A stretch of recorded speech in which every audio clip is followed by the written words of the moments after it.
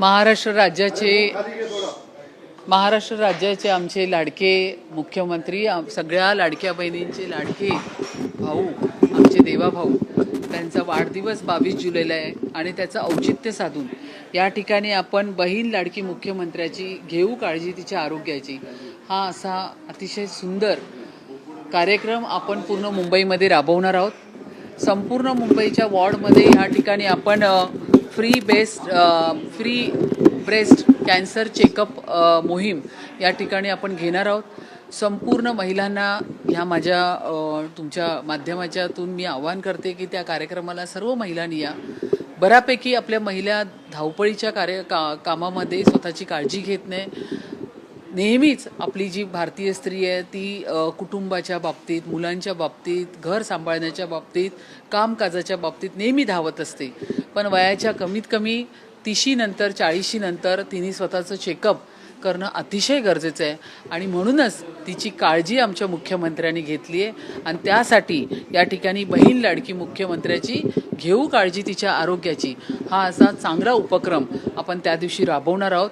महिलांचं breast checkup त्या ठिकाणी होणार, त्याचबरोबर तिकडे असलेल्या आपल्या आशा वर्कर त्यांचं पण आपण चेकअप त्या ठिकाणी घेणार, कारण त्या खूप बिचाऱ्या काम करत असतात विभागात आणि संपूर्ण महिला त्या ठिकाणी घेऊन आपण जास्तीत जास्त महिलांचं जे चेकअप आहे ते त्या माध्यमातून बृहन्मुंबई महानगरपालिका आरोग्य डिपार्टमेंटच्या माध्यमातून आपण करणार आहोत। ताई, मुंबईच्या बीचेसचा प्रश्न सध्या मोठ्या प्रमाणात चर्चेला जात आहे। जुहू बीचचा कचरा पाहिला तर लोकशाही मराठी हा 5वा दिवसचा आढावा घेत आहे। खरं तर तिथे यंत्रणा कमी पडते, मनुष्यबळ कमी पडते असं स्थानिकांचं तिथला आरोप आहे। कसं पाहते, कारण तुम्ही आदेश देखील दिलेला आहे, काल देखील जसं तुम्ही प्रतिक्रिया दिली होती, काय नेमकं कुठे अंमलबजावणी होत नाहीये का? पालिका प्रशासन दुर्लक्ष करते का? मुंबई क्लीन लीग 365 डेज हा कार्यक्रम आपण मुंबई महानगरपालिकेमध्ये आपण त्या ठिकाणी दिला होता। त्या कार्यक्रमाच्या माध्यमातून आपण सर्व मुंबईकरांना आवाहन केलं होतं। फक्त मुंबईकरच नाही, त्या ठिकाणी लोकप्रतिनिधी असू दे, विविध संस्था असू दे किंवा त्या ठिकाणी शाळा असू दे, कॉलेजेस असू दे, आपण एक पोर्टल ओपन करून लोकांना आवाहन केलं होतं की तुम्ही या मी आणि माझं घर आणि माझ्या घराच्या आजूबाजूचा असलेला परिसर किंवा माझी बिल्डिंग या माध्यमातून आपण त्या ठिकाणचा परिसर स्वच्छ करून त्याचे फोटो आपण अपलोड करा। त्या माध्यमातून आपण असंही मुंबईकरांना आवाहन केलं होतं की आपण त्या ठिकाणी बक्षीस ठेवणार, ज्या ठिकाणी आपल्याला असे अतिशय चांगलं म्हणजे या माध्यमातून एकतर मुंबईकरांना आनंद पण वाटेल, एक कॉम्पिटिशन बोलतो ना, स्पर्धा, ती पण आपण या ठिकाणी घेतोय आणि त्या माध्यमातून ज्यांचा परिसर जास्तीत जास्त सुंदर त्या ठिकाणी असलेल्या लोकांना आपण 25 लाख, 15 लाख आणि 10 लाखाचं बक्षीस पण आपण त्या ठिकाणी मांडलेलं आहे, जाहीर केलेलं आहे। परंतु ह्या ठिकाणी मुंबई महानगरपालिका प्रशासन असेल, मुंबई महानगरपालिकेतले सगळे आम्ही लोकप्रतिनिधी असणार, मी स्वतः त्या ठिकाणी मुंबईकरांची सेवक असेल किंवा ह्या ठिकाणी असेल मुंबईकर, ह्या सगळ्यांचं आद्य कर्तव्य आहे की असलेला प्रत्येक परिसर हा स्वच्छ झाला पाहिजे। आता राहिला विषय तुमच्या ब्रिजेसचा, त्या ब्रिजवरती जर कचरा साचलेला असेल तर त्या ठिकाणी आपल्या विविध संस्था मुंबई महानगरपालिकेच्या माध्यमातून आपण त्या ठिकाणी साफसफाई करायला ठेवतो किंवा ब्रिजचं कॉन्ट्रॅक्ट ज्या कॉन्ट्रॅक्टरला दिलं जातं त्या कॉन्ट्रॅक्टरच्या माध्यमातून आपण तो ब्रिज जो आहे तो क्लीन करून घेतो। जर तुम्ही मला कुठला ब्रिज ह्या ठिकाणी सांगितलेलं आहे त्यावरती मी नक्कीच माहिती घेऊन त्यावर उपाययोजना करायला सांगेन। कॉन्ट्रॅक्टर कुठेतरी करताय का? कारण ज्या कॉन्ट्रॅक्टदाराला हे कॉन्ट्रॅक्ट दिलेलं आहे तिथे जी यंत्रणा लागली पाहिजे ती यंत्रणा तिथे लागली जात नाहीये, तो कुठेतरी दुर्लक्ष करतोय का? आणि तुम्ही यावरती काय कारवाई करणार? बघा, मी तुम्हाला परत सांगते, आम्ही ह्या ठिकाणी महायुतीमध्ये सत्तेत जरी बसलो असलो, मी या ठिकाणी भारतीय जनता पक्षाची शिवसेनेची महापौर म्हणून जरी बसली असेल तरी ह्या ठिकाणी कुठल्याही परिस्थितीत चुकीच्या गोष्टीला प्रशासन असू दे किंवा कॉन्ट्रॅक्टर असू दे, त्या कोणालाच या ठिकाणी पाठीशी घालायचं काम नाही आहे। आपण जर चेंबूरची दुर्घटना बघितली त्यावरती जर जो अहवाल दिलाय त्या अहवालाला पण आपण काल असलेल्या कॉर्पोरेशनमध्ये तो मांडून तो फाडून फेकून देण्याचं काम आपण त्या ठिकाणी केलेलं आहे। कॉन्ट्रॅक्टरला तर मुळीच नाही, अशा ठिकाणी ज्या कॉन्ट्रॅक्टरचं काम खराब असेल त्यांना आपण इमिजिएट ब्लॅकलिस्ट करायचं काम करतो। या कॉन्ट्रॅक्टरवरती तुम्ही काय कारवाई करणार? मी आधी त्याची पाहणी करेन, मी जाईन त्या ठिकाणी, त्या ब्रिजची पूर्ण पाहणी केल्यावरती मला जर आढळून आलं तर माझं पत्र मी इमिजिएट आयुक्तांना देईन। कधी जाणार आहात ताई तुम्ही? 2 दिवसात जाणार? मी आज उद्यामध्ये 2 दिवसात नक्कीच जाऊन त्याची पाहणी करेन।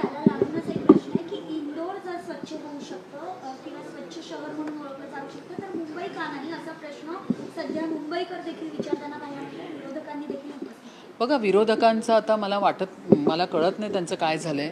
ज्या मुंबईमध्ये आपण राहतो, आपण मुंबईकर आहोत, त्या मुंबईची आन बान शान ही आपली आहे. त्या मुंबईच्या बाबतीत चांगलं चित्र उभं करणं हे आमच्याबरोबर विरोधकांचं पण काम आहे.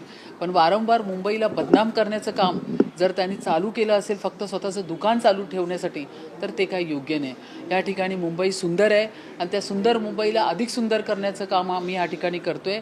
2014ला आदरणीय मुख्यमंत्री देवाभाऊ जेव्हा मुख्यमंत्री म्हणून झालेत, तर त्याने आल्याबरोबर सगळ्या मेट्रोच्या कनेक्टिव्हिटी असतील, सगळे ब्रिज असतील, सगळे रस्ते असतील, PWD असेल, त्या ठिकाणी मेट्रोची कनेक्टिव्हिटी असेल किंवा पूर्ण मुंबईचे CC रोड असेल, हे संपूर्ण हातामध्ये घेतलेले आहेत. 4.5 वर्ष मुंबई महानगरपालिकेमध्ये कॉर्पोरेशन नव्हतं, त्या ठिकाणी ॲडमिनिस्ट्रेशन काम करत होतं. या ठिकाणी 4.5 वर्षानंतर इलेक्शन्स लागल्यानंतर प्रत्येक नगरसेवकाने आपापला वॉर्ड अतिशय चांगल्यापणे हाताळण्याचं त्या ठिकाणी काम केलेलं आहे. पण उगीच जुहू बीचवरती असलेला कचरा, तो येतोय कचरा, मान्य आहे. प्रत्येक वेळा समुद्राच्या लाटातून येणारा तो कचरा आहे. समुद्र आपल्या पोटामध्ये कुठलीही घाण ठेवत नाही. ती पुन्हा मुंबई ज्या ठिकाणी ती टाकलेली असते, ती पुन्हा सगळी ती घाण, तो कचरा पुन्हा बाहेर फेकण्याचं काम या ठिकाणी करत असते.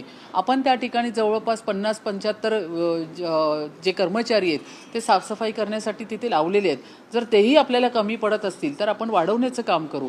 बऱ्याच NGOना आपण त्या ठिकाणी आव्हान केलेलं आहे. बरेच मुंबईकर, बरेच तरुणाई त्या ठिकाणी हातामध्ये ग्लोव्ज घालून त्या ठिकाणी साफसफाई करण्याचं काम करतात. फक्त तिथे जाऊन फोटो सेशन करून होत नाही. त्या 1 तासाच्या त्या बाईटमध्ये 2 टोपली कचरा जर जमा केला असता किशोरीताईंनी, तर ते अधिक चांगलं दिसलं असतं. माझं तर काम करण्याची पद्धत हीच आहे. जर मी तिथे, मला या कार्यक्रमामुळे किंवा हाऊसमध्ये वेळ मिळाला नाही, पण मी जाईन तर मी नक्कीच हातामध्ये झाडू घेऊन बीच साफ करण्याचं काम करेल. कुठल्याच कामाला लाज नाही. जर ह्या देशाचे प्रधानमंत्री हातामध्ये झाडू घेऊन जर ते कचरा साफ करतात आहे, सर्वोच्च पद असलेले आदरणीय नरेंद्र मोदी साहेब, तर मग आपल्याला कसली लाज. या ठिकाणी फक्त मीडियासमोर येऊन बाईट देण्यापेक्षा हातात झाडू घेऊन जर कचरा जमा केला असता तर अधिक सुंदर दिसलं असतं. मुंबईला स्वच्छ ठेवण्याचं काम आम्ही नक्की करू. काही जो कचरा गेलेला आहे तो नाल्यामधला कचरा गेलेला आहे. आणि अमित साटम ज्यावेळी व्हिजिटसाठी गेले होते तेव्हा त्यांनी एक मुद्दा उपस्थित केला होता की ट्रॅश बूम, जे नाळे असतील किंवा नद्यांचे जे ट्रॅश बूमचं टेंडर आहे ते काढलेलं आहे, पण ह्या जाळ्या देखील कुठेही बसवलेल्या नाही आहेत. त्यामुळे हा पैसा नेमका कुठे जातोय टेंडर काढून? एक लक्षात घ्या, मी तुमच्या गोष्टीला सहमत आहे. आदरणीय आमचे मुंबई अध्यक्ष अमित साटमजी पूर्ण वॉर फुटिंगवरती रोडवर काम करून सगळी पाहणी करतात आहे. ज्या ज्या ठिकाणी ट्रॅश बूम लागलेले आहेत त्या ठिकाणी कचरा कसा साफ केला जातो, मॅन्युअली तिथे माणसं उभी करून हाताने खेचून तो कचरा आपल्याला आणावा लागतो. अशा पद्धतीची ट्रॅश बूम प्रत्येक ठिकाणी यावेत अशी आमची मुंबई अध्यक्ष अमित साटमजी यांची मागणी आहे. तर त्यामुळे वारंवार व्हिजिट करून आपण त्या ठिकाणी काय बदल करता येईल अशा पद्धतीची काळजी आपण या ठिकाणी घेतो आहे. तर त्यामुळे सर्वकष या ठिकाणी सगळ्यांचंच लक्ष आहे. आम्ही या ठिकाणी असलेले भारतीय जनता पार्टी, शिवसेना प्रत्येक वेळी रस्त्यावर उतरून आम्ही काम करतो. 25 वर्ष ह्यांना रस्त्यावर उतरायची सवय नव्हती, पण आज आम्ही रस्त्यावर उतरायला लागलो म्हणून हेही रस्त्यावर उतरायला लागलेत आणि फक्त मीडियाला बाईट देतात आहे. आम्ही काम करून दाखवतो.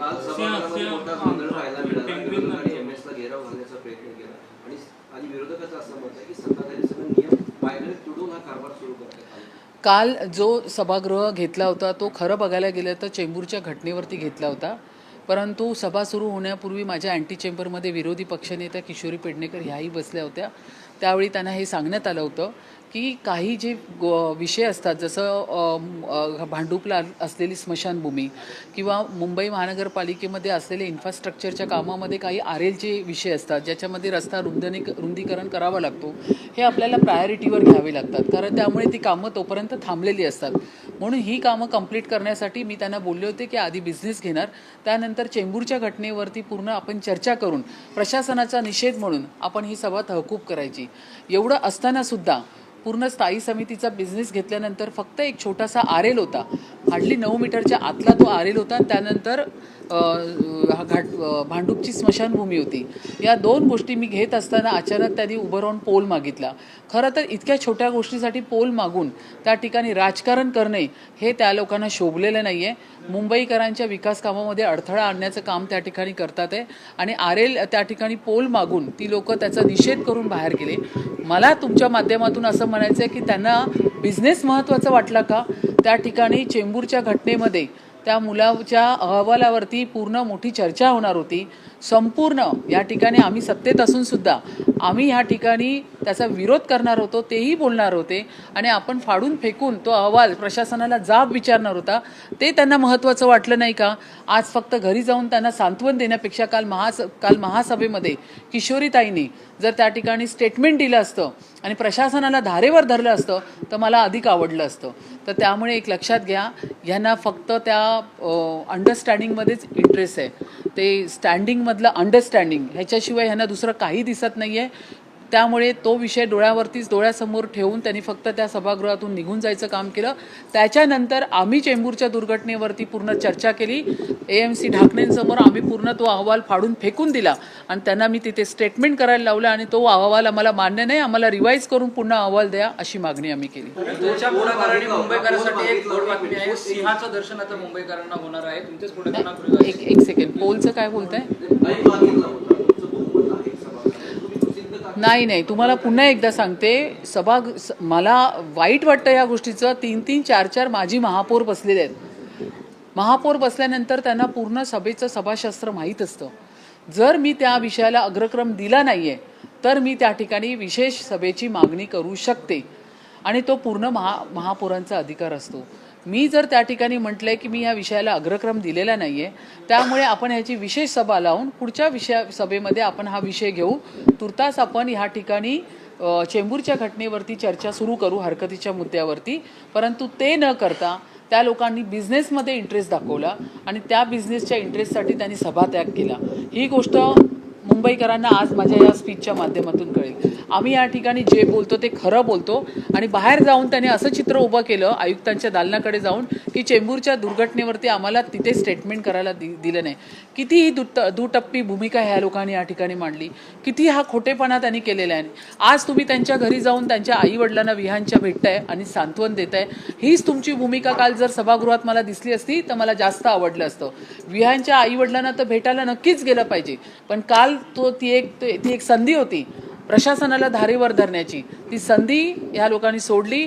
फक्त आणि फक्त बिझनेससाठी ह्यांनी सभात्याग केला आणि बाहेर जाऊन घोषणा केल्या. त्यांनी असा प्रश्न उपस्थित केला की एन-वॉर्ड कोणाचं आहे, तिथलीच कामं का झालेली आहेत त्याची माहिती घ्या. हा महापौरांच्या आजूबाजूच्या परिसरातील रस्त्यांची टेंडरची कामं होतात आहे, रस्त्यांची कामं होतात आहे, ते महत्त्वाचे वाटतात का? कारण का तुम्ही चेंबूरच्या दुर्घटनेवरती शेवटले ठेवून अगोदर हे घेतलं असं त्यांचा आरोप आहे. तुमच्याकडे एन-वॉर्डची जी कामं आली होती त्याच्यात काही पर्सनल नव्हतं किंवा काही वैयक्तिक त्या महापौरांचं पण नव्हतं. त्या ठिकाणी विकासाची जी कामं चालू आहे, एन-वॉर्डचा ईस्ट आणि वेस्ट हा जो ब्रिज तयार होतोय त्या ब्रिजला दोन्ही साईडला RL मोकळी करून दिली पाहिजे, तो प्रस्ताव होता. हा मुंबई महानगरपालिकेतून आलेला प्रश्न होता आणि तो आपल्याला करावाच लागतो. जर ईस्ट आणि वेस्टचा जो ब्रिज जातोय त्या ब्रिजला दोन्ही साईडला जर आपण RL सोडली नाही तर येणाऱ्या काळात आपण तो जो केलेला एवढा मोठा खर्च केलेला ब्रिज आपण ओपनच करू शकत नाही. तो RL होता, एन-वॉर्डचा नाहीये. हा मुंबईकरांचा आहे. एन-वॉर्ड हे मुंबईमध्ये येतं आणि हा मुंबईच्या विकासाचा विषय. तर त्याच्यामध्ये एन-वॉर्डचा आणि त्याच्यामध्ये वैयक्तिक काहीच नाहीये. संख्याबळ नसल्यानं तुम्ही पोल घेतला नाही. तुम्हाला भीती होती की पोलमध्ये तुम्ही बिल्डरांचा असं आरोप केला? अजिबात चुकीचं ते स्टेटमेंट करतात आहे. मी अग्रक्रम दिला नव्हता. जर मी अग्रक्रम दिला असता तर विषय वेगळा होता. मी जर अग्रक्रमच त्या विषयाला दिला नाही आणि मी त्यांना बोलते आपण याची विशेष सभा लावून हे सगळे विषय नक्कीच घेऊ.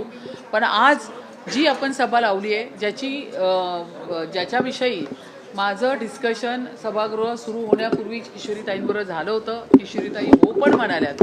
किशोरीताईंचं मला एक ह्या ठिकाणी विशेष कळत नाही. त्या अँटी चेंबरमध्ये एक बोलतात, सभागृहामध्ये जाऊन एक होतात.